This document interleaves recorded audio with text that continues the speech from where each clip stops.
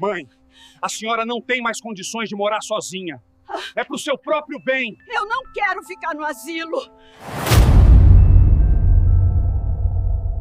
Essas foram as últimas palavras que Dona Marilda ouviu do filho Carlos antes de ser deixada no Asilo Santa Rita, um lugar barato nos arredores da cidade, com paredes descascadas e cheiro de mofo. O que essa mulher de 72 anos não sabia é que estava sendo colocada ali para que o próprio filho e um dos netos pudessem vender a casa dela. Mas quando a neta Daniela descobriu o que estava acontecendo, ela tomou uma decisão que salvaria a avó e destruiria os planos daquela família de golpistas. Mas para entender como tudo isso aconteceu, precisamos voltar alguns meses no tempo. Fique até o final dessa história, porque o que aconteceu no cartório foi algo que ninguém jamais esqueceu. E depois me conte nos comentários. Você perdoaria um filho que fez isso? Dona Marilda tinha 2 filhos, Carlos, de 48 anos, e Paula, de 45. Ela os criou sozinha depois que o marido morreu num acidente de trabalho, quando os filhos ainda eram pequenos. Trabalhou como costureira a vida inteira, fazendo roupas sob encomenda, às vezes virando noites para entregar os pedidos no prazo. As mãos dela ficaram marcadas de tanto furar o dedo com agulha, mas ela nunca reclamou. Tudo era pelos filhos. A casa de Dona Marilda era simples, mas era dela. 2 quartos, sala, cozinha, um quintal pequeno. Ficava num bairro residencial tranquilo, numa rua arborizada. Aquela casa foi comprada com muito sacrifício, parcela por parcela, ao longo de 30 anos. Era o único bem de valor que Dona Marilda tinha no mundo. Muita gente pode achar que uma casa simples não vale a pena tanta luta. Mas, para quem trabalhou a vida inteira para conseguir, vale cada tijolo. Carlos e Paula cresceram, se casaram, tiveram filhos. Dona Marilda virou avó de 4 netos, Rafael e Daniela, filhos de Carlos, e Lucas e Camila, filhos de Paula. Ela amava aquelas crianças. Cuidou de todos quando eram pequenos, enquanto os pais trabalhavam. Fez almoço, deu banho, levou para a escola, ajudou com lição de casa. Foi avó presente, dedicada, amorosa, aquela avó que todo mundo gostaria de ter. Quando os netos cresceram, Dona Marilda continuou sendo o porto seguro da família. Sua casa era onde todos se reuniam nos domingos. Ela fazia aquelas comidas deliciosas que só a avó sabe fazer. Macarronada, bolo de fubá, pudim. A mesa sempre cheia, a casa sempre com gente, com risadas, com vida. Era o tipo de avó que nunca esperava nada em troca, só queria ver a família feliz. Mas as coisas começaram a mudar quando Dona Marilda completou 70 anos. Ela estava tendo alguns esquecimentos normais da idade. Esquecia onde colocou a chave, repetia algumas histórias. Nada demais, nada que preocupasse. O tipo de coisa que acontece com qualquer pessoa idosa. Mas Carlos começou a usar isso como desculpa. A verdade é que ele queria a casa. Carlos tinha perdido o emprego 6 meses antes e estava desesperado por dinheiro. Tinha dívidas, contas atrasadas e via aquela casa da mãe como a solução dos problemas dele. Muita gente já passou por dificuldades financeiras, mas será que isso justifica o que ele fez? Começou a pressionar a mãe para vender a casa e ir morar num asilo. Dizia que lá ela teria cuidados, enfermeiras, gente da sua idade para fazer amizade. Dona Marilda recusou várias vezes. Dizia que não queria ir para asilo, que queria ficar na casa dela, que ele poderia visitá-la ali mesmo. Mas Carlos não desistia. As visitas se tornaram uma pressão constante. Conversas que sempre terminavam no mesmo assunto: asilo. Imaginem como era para Dona Marilda. Toda vez que o filho aparecia, em vez de alegria, ela sentia aquele aperto no peito sabendo que viria a pressão de novo. Até que um dia, Carlos chegou com uns papéis. Disse que já tinha resolvido tudo, que tinha encontrado um lugar, que a mãe ia se adaptar. Dona Marilda tentou recusar de novo, mas o filho foi firme. Disse que ela tinha esquecido o fogão ligado na semana anterior, que poderia ter causado um incêndio. Aquilo era mentira. Dona Marilda nunca tinha esquecido o fogão ligado. Mas Carlos estava criando uma narrativa, construindo justificativas. E aqui está uma coisa que muita gente precisa entender. Quando alguém quer te manipular, começa inventando histórias sobre você até outras pessoas acreditarem. Ele ameaçou entrar na justiça e pedir a interdição da mãe. Disse que tinha como provar que ela não tinha mais capacidade de cuidar de si mesma. Dona Marilda estava cansada de brigar, cansada das pressões, das visitas tensas. Pensou que talvez ele estivesse certo. Talvez ela realmente estivesse ficando velha demais. Então aceitou. E aqui vai uma pergunta sincera para vocês que estão ouvindo. Vocês acham que Dona Marilda deveria ter lutado mais? Ou ela fez certo em confiar no filho? Uma semana depois, Carlos apareceu com um carro para buscar a mãe. Disse para ela trazer apenas 2 malas, que não ia precisar de muita coisa. 2 malas. Para uma vida inteira. 2 malas para resumir 72 anos de história. O asilo Santa Rita ficava a 1 hora de distância, numa região afastada da cidade.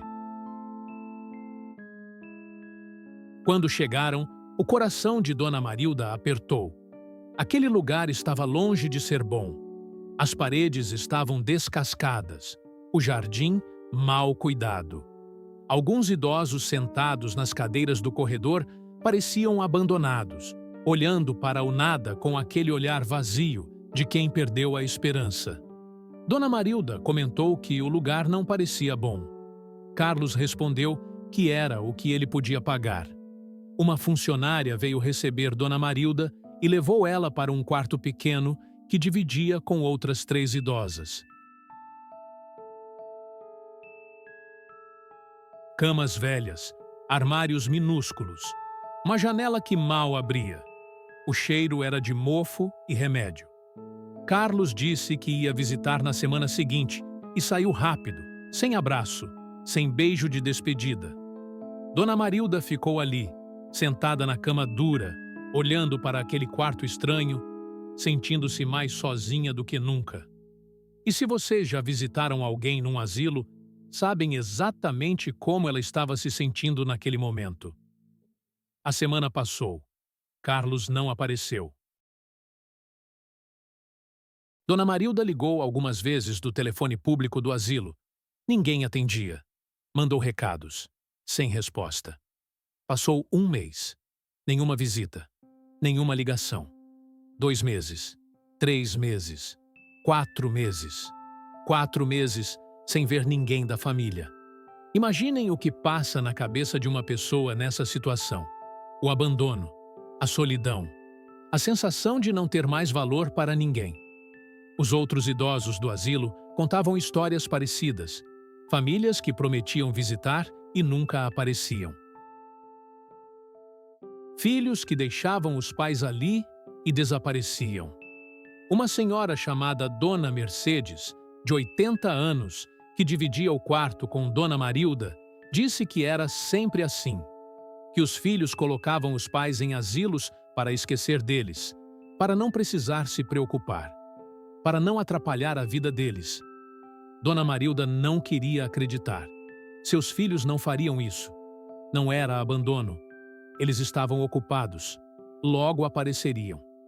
Mas os meses continuavam passando e nada. E vocês, o que acham? Quando um filho coloca a mãe num asilo e some, isso é só descuido ou é abandono mesmo? Foi no 4º mês que tudo mudou. Daniela, a neta de 23 anos, tinha tentado falar com a avó várias vezes.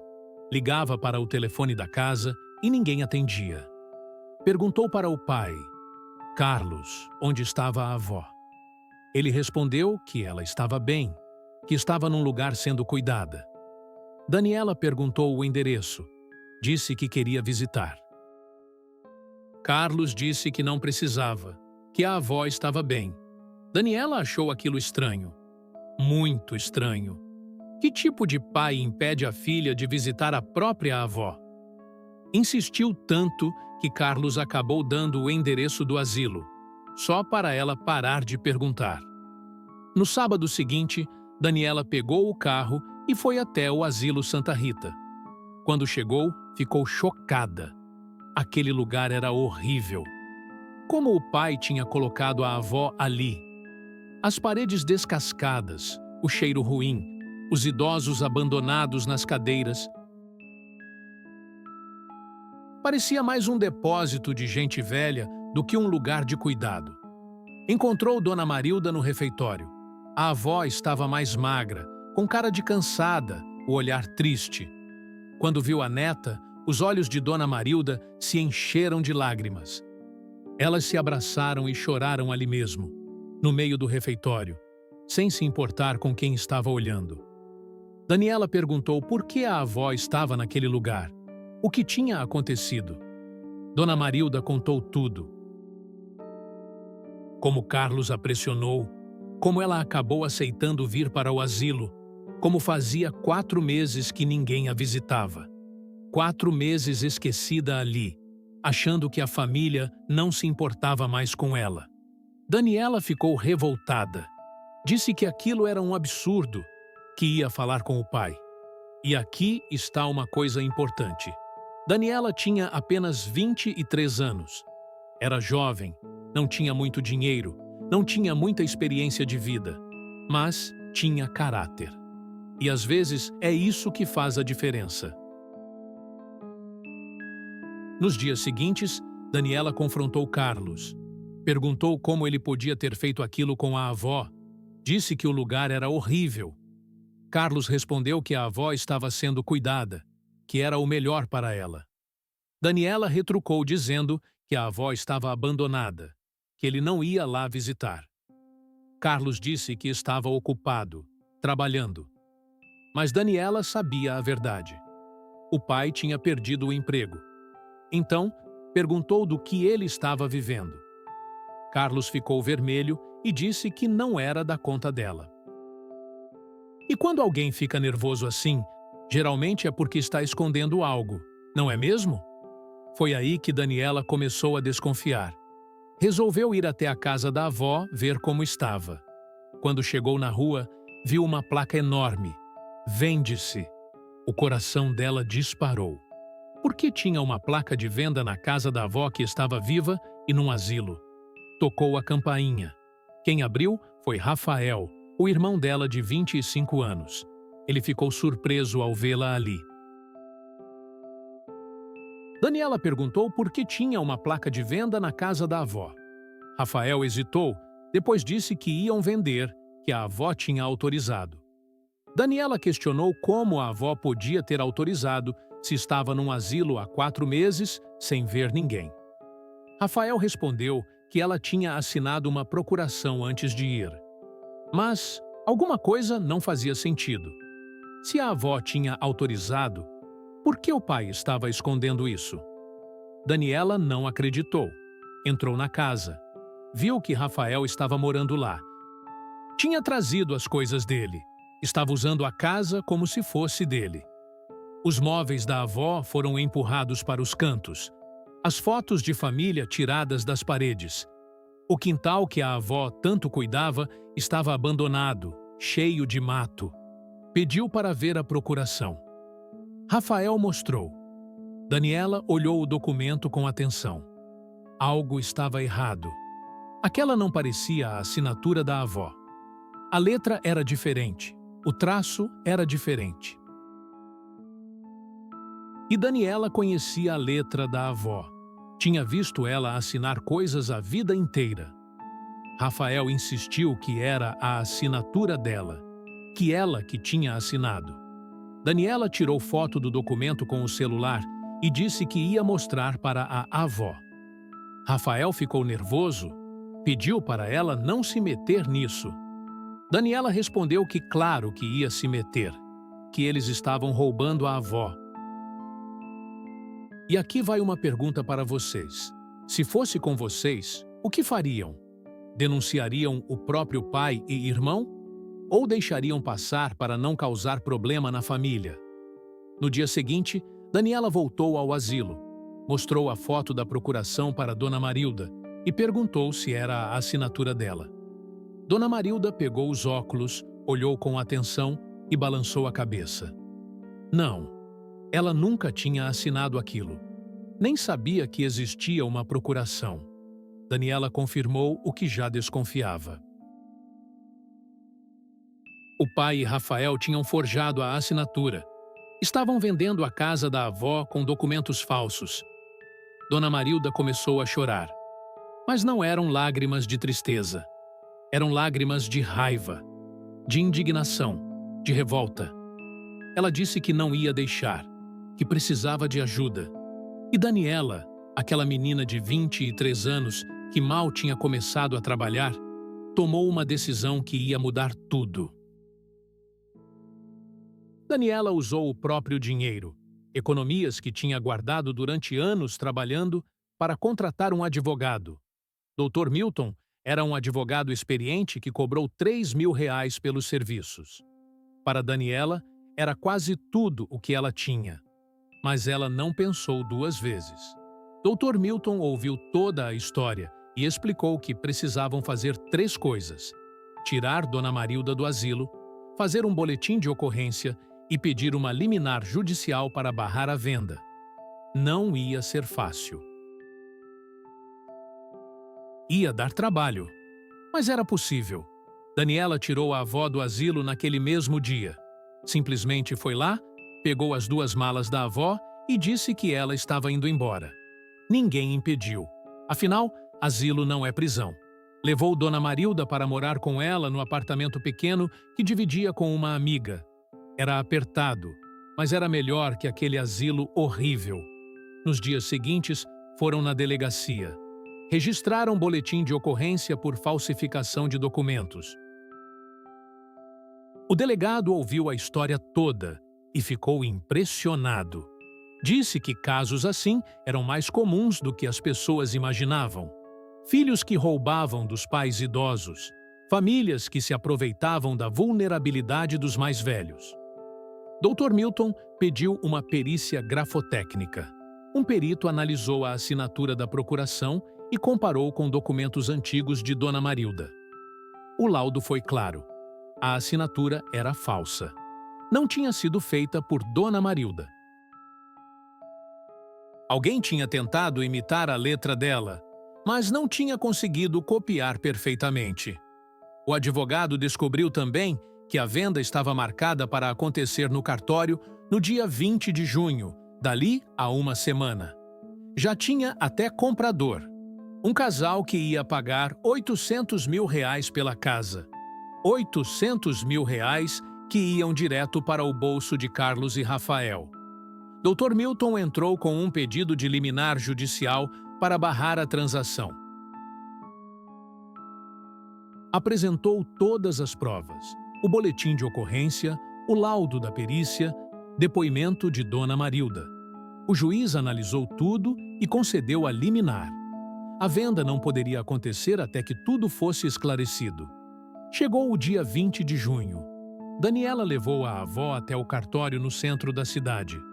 Dona Marilda tinha passado a noite sem dormir, nervosa, pensando no que ia acontecer. Estava com medo. Medo de encarar o filho. Medo do que ele ia dizer. Mas estava determinada a fazer o que era certo. Quando entraram no cartório, Carlos e Rafael já estavam lá. Estavam bem vestidos, com roupas sociais, conversando animadamente com um casal de meia-idade que provavelmente eram os compradores. Estavam felizes, sorrindo, como se estivessem fazendo um grande negócio. Carlos viu a mãe e ficou pálido. Completamente pálido. A cor sumiu do rosto dele. Perguntou o que ela estava fazendo ali, a voz saindo trêmula. Dona Marilda respondeu com voz firme, mais firme do que tinha falado nos últimos meses, que tinha vindo impedir que eles roubassem a casa dela. Rafael tentou disfarçar. Disse que não estavam roubando nada, que a avó tinha assinado a procuração. Dona Marilda olhou nos olhos do neto, aquele menino que ela tinha criado, que tinha ninado quando era bebê, e disse que não tinha assinado nada, que eles tinham forjado a assinatura dela. Dr. Milton se apresentou e entregou os documentos para a tabeliã. A mulher era uma senhora de 50 e poucos anos, com cara de quem não tolerava enrolação. Pegou os papéis e começou a ler. A liminar judicial, o laudo da perícia grafotécnica, o boletim de ocorrência. O rosto dela foi ficando cada vez mais sério conforme lia. Ela levantou os olhos e olhou para Carlos e Rafael com uma expressão de desaprovação profunda. Informou que a venda estava cancelada, que as provas mostravam claramente falsificação de documentos, que Carlos e Rafael teriam que responder por aquilo na justiça. O casal de compradores ficou indignado.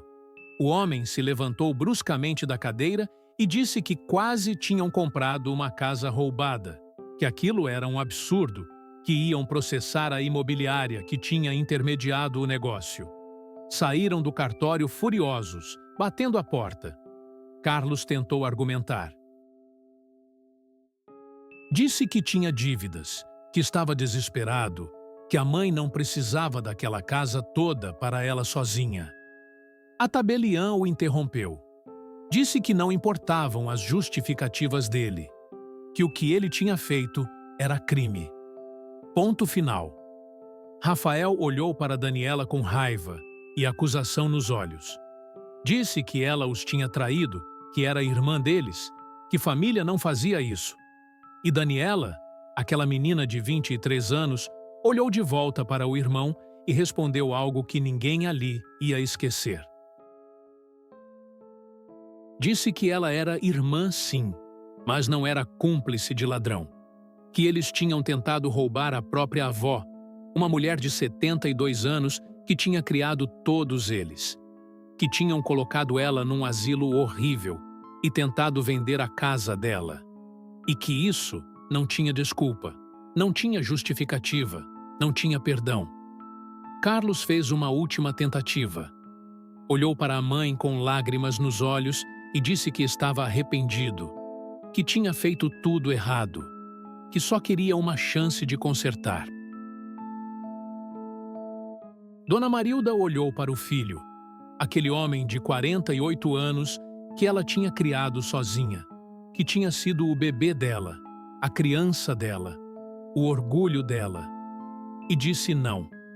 Disse que ele tinha tido todas as chances do mundo, que poderia ter pedido ajuda de outras formas, que poderia ter conversado com ela, mas em vez disso, escolheu colocá-la num asilo horrível, abandoná-la lá por 4 meses e tentar roubar tudo dela, e que essas escolhas tinham consequências.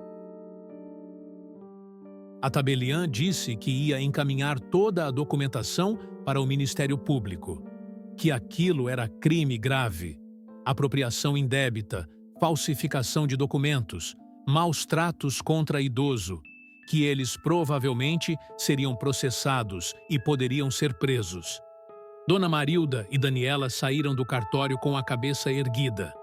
Do lado de fora, no sol quente da tarde, elas se abraçaram. Dona Marilda chorou no ombro da neta, não de tristeza, de alívio, de libertação. Atrás delas, no cartório, ficaram Carlos e Rafael, destruídos, sabendo que tinham perdido tudo. E aqui vai uma pergunta honesta para vocês que estão ouvindo. Dona Marilda fez certo? Ou ela deveria ter perdoado o filho? Nos meses seguintes, o processo correu na justiça. Carlos foi condenado a 3 anos de prisão por falsificação de documentos e apropriação indébita. Rafael foi condenado a 2 anos e 6 meses pelo mesmo crime. Ambos tentaram recorrer, mas as condenações foram mantidas. O juiz disse na sentença que crimes contra idosos mereciam punição exemplar. Paula, a filha de Dona Marilda, que não sabia de nada, ficou em choque quando descobriu toda a história. Procurou a mãe pediu perdão em nome do irmão, disse que não fazia ideia do que Carlos estava planejando. Chorou muito.